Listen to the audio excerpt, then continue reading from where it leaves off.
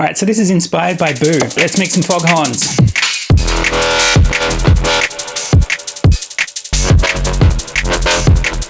Alright, so the Foghorn Bass, it's pretty damn popular at the moment, and I've been trying to make this sound for a couple of months, and I wanted to make sure it was the absolute best one that I could make before I put out the video. So I've been through a lot of iterations. You might have even seen me playing around with a patch on a live stream or two, but I think I've nailed it. I think this is it. So Bou's got a very distinctive Foghorn Bass that he uses, and I wanted to try and replicate that. It's actually quite a simple sound, but it took me a while to really dial this in and get a really reproducibly nice way to make it.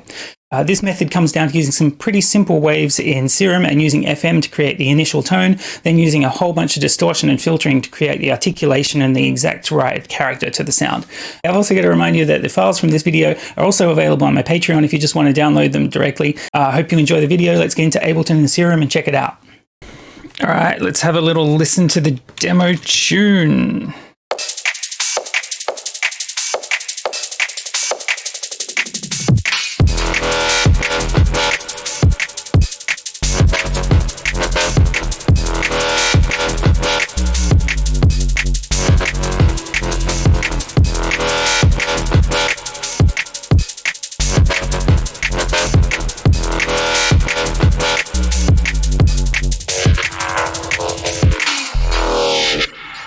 So let's get into this foghorn. So I've got a foghorn group, which is holding a bunch of processing for the foghorn sound, including a reverb and a compressor and some EQs and stuff. We'll come back to this later. I'm going to switch it all off now, so you're hearing just the Serum output. Let's go to the Serum channel. And this is what our foghorn sounds like.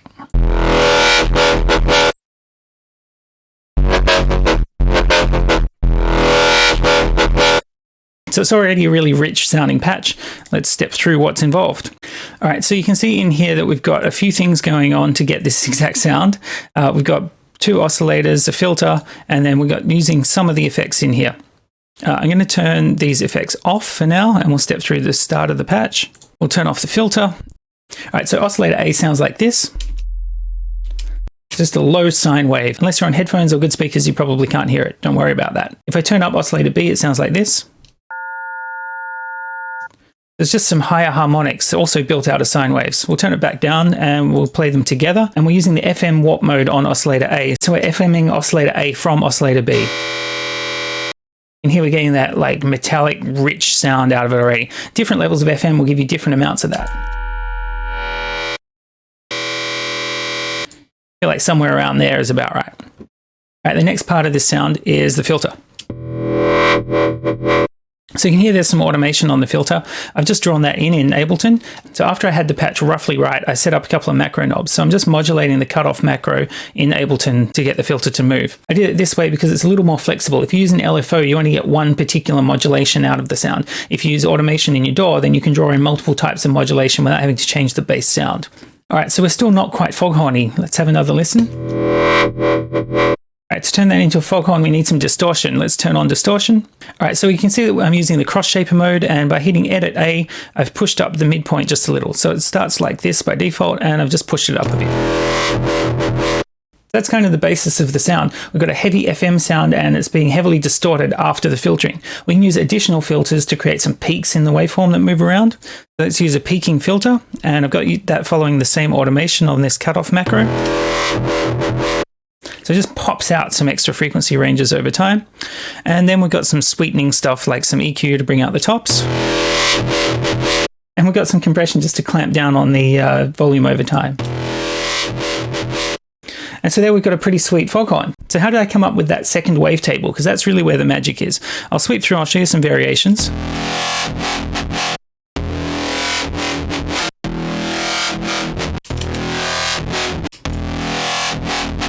So I actually built that wavetable from scratch, and I'll show you how to do that. If we hop into the oscillator window. All right, so if you're familiar with the wavetable editor, this is pretty simple. All you want to do is choose a couple of harmonics. Let's start with the obvious one, the first one, and see what happens to the sound.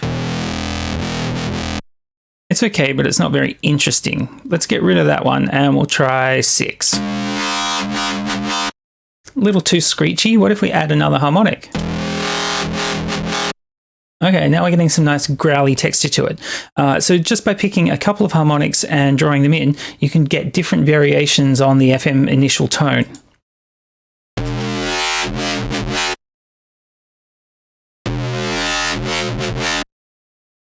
Maybe we'll choose...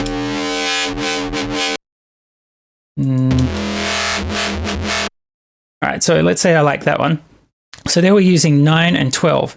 Actually, from my explorations, I think it was 8 and 23 that gave an interesting texture. So the key here is just drawing in a few harmonics. If they're even multiples of each other, they won't necessarily do anything interesting. So let's try that. Let's draw in 4 and 8. Hear how clean and synthetic that sounds? If we just switch the 8 to a 7, we should get some interesting harmonic stuff going on. There we go. So by choosing unrelated harmonics and drawing them in, we can get some pretty interesting stuff. Let's try 7 and 10, see what happens. Nice, we get a bit more of a top end kind of texture to it. If we pick further up the scale, you'll be able to hear the sound just continues to get higher. So we're trying 12 and 19. You can really hear that 19 is nice and high in the frequency spectrum. So essentially you can build your own wavetables here and then just use the spectral morphing to morph between them if you want to, or you can draw one sound and leave it like that.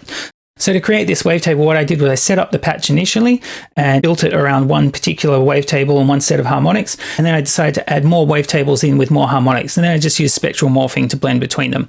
It's not really critical to build a whole wavetable, but I felt like it was a good thing to do for you guys. Let's go through the macro knobs as well. So the cutoff is just mapped to the filter cutoff and to the effects frequency cutoff. So essentially, as we push the main filter open, we also push up the peaking filter, just so that they track each other in some kind of fashion. The wavetable knob here is just to select different wavetable variations. So with this last macro, detune, I tried to do something interesting where the oscillators move apart from each other in terms of pitch. It just creates a more gritty, textured kind of FM. So all that we're doing is we're pushing the B tuning up by 15 and the A tuning down by 15. So when detune's at 0, they're at the same relative pitch. And if we put detune all the way up, you can hear that they're detuned against each other. That's probably a bit much. And around there, it sounds gritty, but it doesn't sound out of tune. So I just thought that was an interesting way to get more variation out of it. So that's essentially the main patch. The key is just to use sine waves in slightly inharmonic ways to create really gritty FM, and then to filter that with plenty of filter drive and feed it into a distortion. Okay, I also wanted it to be a fair bit wider, so I brought in hyperdimension to do that. Here it is without. And if I add hyperdimension, this is just on the stock settings from memory, and I've just brought the mix in just a tiny bit. This is really just to create some spatial depth. And you can see in the patch, I've included a reverb, but it's switched off in my instance because I'm using an external reverb. Let's check out these external effects. So the external effects are pretty straightforward. They're just to create extra grit or spatial stuff, or to tidy up the sound a little. Let's add the overdrive. We just add some more grit, reverb to put it into a large hole.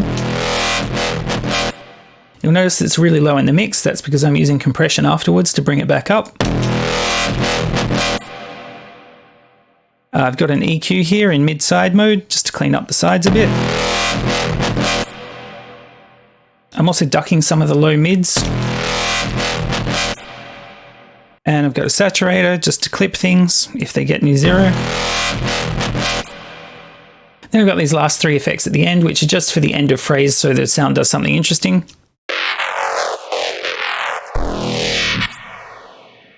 All right, and so that's all the processing. I hope you're able to follow that and build your own foghorns. All right, that was Inspired by Bou, particularly his foghorn. Hope you enjoyed it. Hope it's the best foghorn you hear on YouTube today. And just a reminder that the files from this video are available on my Patreon. You can go grab them from there if you're interested in that. Otherwise, I'll see you in the next video.